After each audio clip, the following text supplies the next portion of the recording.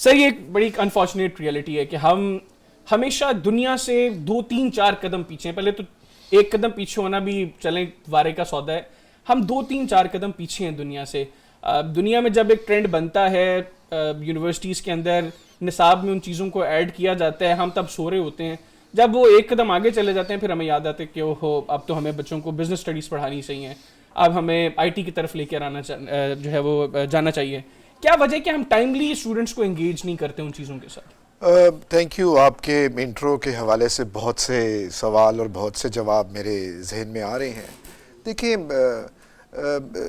Right step at the right moment یہ بہت ضروری ہے. پھر right step at the right direction وہ بھی اس سے بھی زیادہ ضروری ہے. یہ آپ کی بات بالکل درست ہے کہ دنیا کے جو ٹرینڈز ہوتے ہیں, جو دنیا جس طرف چل رہی ہوتی ہے, ہم اس کو کیچ اپ نہیں کرتے, اور ٹائم پہ ہم کیچ اپ نہیں کرتے, ہم پیچھے رہ جاتے ہیں. مثلاً آئی ٹی کی دنیا میں بہت بوم آیا, پاکستان نے بھی بہت آئی ٹی میں کام کیا, لیکن انڈیا اس کو کیپٹلائز کر گیا اور انڈیا نے اس میں بڑی ترقی حاصل کی, اور ان کی جو پلیسمنٹس تھیں, پورا بزنس جو ہے پوری دنیا کا وہ انڈیا لے گیا. میں بلکہ یونیورسٹی رینکنگز دیکھ رہا تھا, جو انڈیا کے ٹاپ 5 یونیورسٹیز انٹرنیشنل رینکنگ میں لیڈ کر رہی ہیں, ان میں 4 آئی آئی ٹی ہیں. جی, آئی آئی ٹیز ماڈل جی ان کا بڑا اسٹرانگ ماڈل تھا. ان کا پریزیڈنٹ آف انڈیا اس کو ہیڈ کرتے تھے, اور انہوں نے ایک نیش کریٹ کی اور ایک علیحدہ فوکس ان کو دے دیا, کیونکہ دنیا میں ڈیمانڈ یہ تھی. دیکھیں, ہمارے ہاں یونیورسٹیز جو ہیں اچھی ہیں, میں یہ نہیں کہتا کہ یونیورسٹیز بری ہیں. پرائیویٹ سیکٹر کی آپ بات کرتے ہیں تو پرائیویٹ سیکٹر کی یونیورسٹیز ینگ ہیں, ابھی ان کو 25 30 سال ہو گئے ہیں, اور جن کی ہائر رینکنگ ہے پوری دنیا میں وہ بہت بڑے بڑے نام ہیں, جن کو 200 400 سال ہو گئے ہیں. وہ نام لینے کی اب ان کی ضرورت نہیں ہے. لیکن گڈ نیوز یہ ہے کہ ہماری یونیورسٹیز اب کام کر رہی ہیں, پبلک ہوں یا پرائیویٹ سیکٹر ہو, اور ہماری پبلک اور پرائیویٹ سیکٹر جو ہے وہ ہائی رینکنگ میں ہیں اس وقت دنیا میں. اکا دکا آپ کو نظر آ جائیں گی. ایشیا کی ہائی رینکنگ میں پرائیویٹ سیکٹر بھی موجود ہے اور پبلک سیکٹر بھی موجود ہے.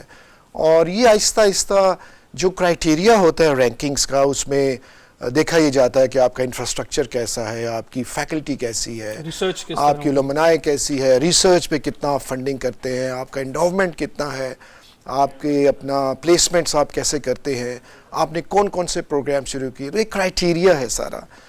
تو ہماری یونیورسٹیز تو اسٹرگل کرتی رہتی ہیں, خاص طور پر جو سرکاری یونیورسٹیز ہیں, فنڈنگ اتنی اویلیبل نہیں ہوتی, ان کا جو فی اسٹرکچر جو ہے وہ کم ہوتا ہے, سبسیڈائزڈ ہوتا ہے, کیونکہ وہ سرکاری ادارے ہیں. اور اکثر آپ نے سنا ہوگا کبھی انجینئرنگ یونیورسٹی کا بجٹ کم ہو جاتا ہے, کبھی پنجاب یونیورسٹی کے پاس سیلریز دینے کے پیسے نہیں ہیں.